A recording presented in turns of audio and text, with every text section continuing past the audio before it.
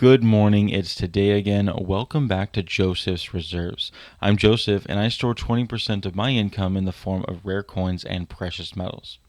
So what if I told you that you could look at silver coins throughout history and actually watch the value of a currency disappear? Mexico is one of the clearest examples. Today I want to walk through the history of the silver Mexican peso, and I think the best way to look at it is by talking about the actual amount of silver represented by one peso throughout time.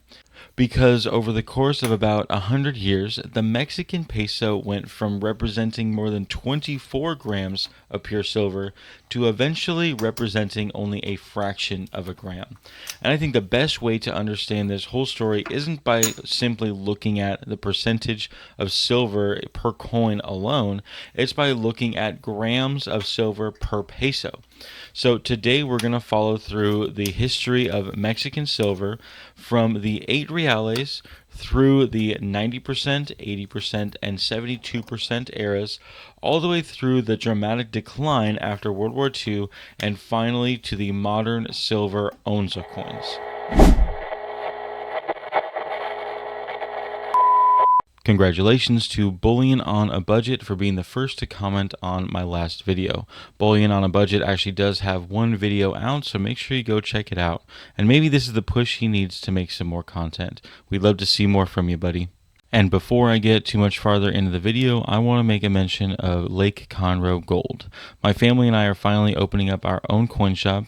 We recently signed a lease, which means we're actually opening the doors for appointment only on August 18th, with a soft opening for regular walk-ins once we have jewelry cases and all the equipment on August 24th. We'll be working on getting the website up and going, and it'll probably be up right around that August 18th date. And for the most up-to-date news, you can actually look up Lake Conroe Gold on Facebook to find our Facebook page and our business phone number. You can even call or text me directly. But let's go ahead and get into this video. Before we get to the Mexican pesos, we need to start with the coins that came before it, the 8 reales. Here I have a 1737 8 reales minted in Mexico, and this coin represents something much bigger than just Mexican history. These 8 reales became one of the most important international trade coins in the world. Mexican silver traveled across the Americas into Europe and across the Pacific into Asia. It was trusted because the coin itself represented a substantial amount of silver, and that's important to keep in mind as we go through this video. Silver wasn't just decoration, it was money. I also have here an 1802 and an 1861 8 reales, and both of these have something very interesting on them. They're called chop marks. These marks are evidence of the international life that these coins had.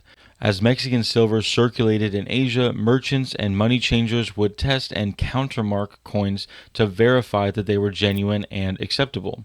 So when you look at these coins, you're not just looking at damage, you're looking at evidence that these pieces of Mexican silver traveled thousands of miles all the way into Asian markets. Some people collect them with chop marks and others collect them without, but I do know that there are volumes of books even describing specific merchants that these chop marks have come from. I could probably make an entire video series on just the 8 reales coins alone and how much they influence the history of silver. But today is about Mexican silver, so this next coin is where we start the Mexican silver pesos. Mexico transitioned from the old Spanish monetary system to decimal peso system, but it wasn't overnight. The reform really began in the 1860s, and that transition continued for a few years. Eventually, the peso became the new monetary unit. What's fascinating is that the early peso wasn't a different concept at all from the 8 reales. In fact, the purity and weight stayed the same, and they even returned to the same design in 1898 to remind people of the 8 reales. And this is where I'd like to pull up a chart here. As you can see on the top, from 1863 to about 1909, you can see that the 1 peso contained about 24.4 grams of pure silver. And that's our starting point. When I started researching these coins, I realized that simply saying 90% silver didn't cover the whole story, because we're about to see something very important. purity can stay the same while the amount of silver changes. 1918 gives us the perfect example of that. And before we get to that 1918 change, we first enter the 80% era. This is where Mexico starts experimenting with lower purity of silver. I don't actually have any of these examples in my collection, so this is one of the areas where I'll just have to show you the chart rather than a coin itself. But as you can see here, Mexico went to 80% silver in 1905. They didn't actually make a 1 peso coin until 1918, and you can see that's where there's a different specification for the weight of the coins. And then just 2 years later, they dropped it all the way down to 72% silver with a brand new weight of the coins. And you can see, comparing pesos to silver, the decline of the peso has already started. Before 1905, we had 24.4 grams of pure silver per peso, and that was dropped to 20 grams of pure silver.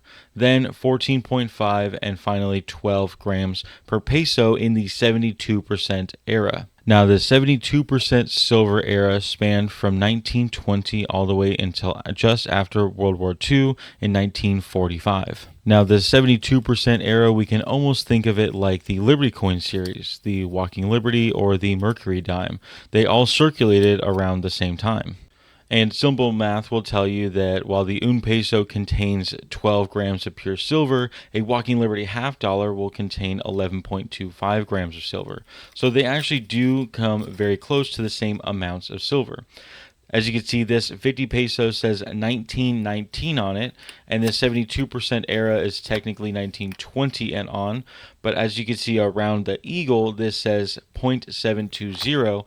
Mexico did a very good job of labeling the purity of all of their coins actually on the coin, up until about the 1950s, and we'll get to that later too. I would say that this 1972 era of Mexican silver coinage is pretty much just as collectible as the American Liberty series. Find some in good condition and they will be worth quite a lot. Now, after World War II, Mexico started doing some really interesting things with their coins, and that's where I look at grams per peso. Each denomination almost had its own purity. This is a 1 peso that's 50% pure, and it contains 7 grams per peso. This one in particular was minted in 1947. At the same time, in 1947 and 1948, these very famous 5 peso coins were being minted. These are 30 grams of 90% silver, which comes out to 5.4 grams of silver per peso. So now we can already see a huge decline from that 24 grams per peso all the way down to 5.4 grams per peso in just about 50 years. But the decline does not stop there. Starting in 1950, Mexico started using 4 grams per peso. The new 5 peso coin only contained 20 grams of silver because they were the 72% silver. And remember this because you'll see 72% silver containing 20 grams of pure silver later again.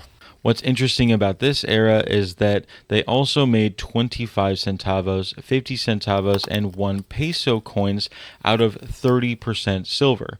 And honestly, these smaller denomination coins with a smaller purity are really, really interesting to me. This one in particular, the 25 centavos, is 3.33 grams of 30% silver, which means it contains exactly 1 gram of pure silver. And if I was going to be stacking 1 gram silver, I would probably prefer these than a 1 gram pure silver bar. But again, the decline does not stop. We'll compare it to the later 50s. You can see almost a very similar design, the exact same size coin. However, this one on the left, now on the right, is a 10 peso coin made of 90% silver. This contains 26 grams of pure silver, or 2.6 grams of pure silver per peso. At the same time, they continued making their 5 peso coins, but these were not simply just half the size of the 10 peso. These were actually back to that 72% silver, but still containing 2.6 grams of pure silver per peso. Then finally, by the end of the 1950s, we get to the 10% silver 1 peso coins. These only weigh 16 grams and contain 10% silver, so this is 1.6 grams per peso. And now we can see the full extent of these 100 years of decline in silver coinage. We went from 24.4 grams of silver in a 90% silver coin to 1.6 grams of silver in a 10% silver coin.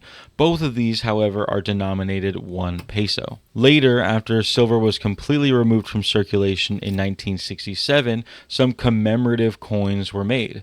This one in particular is 100 pesos from 1977.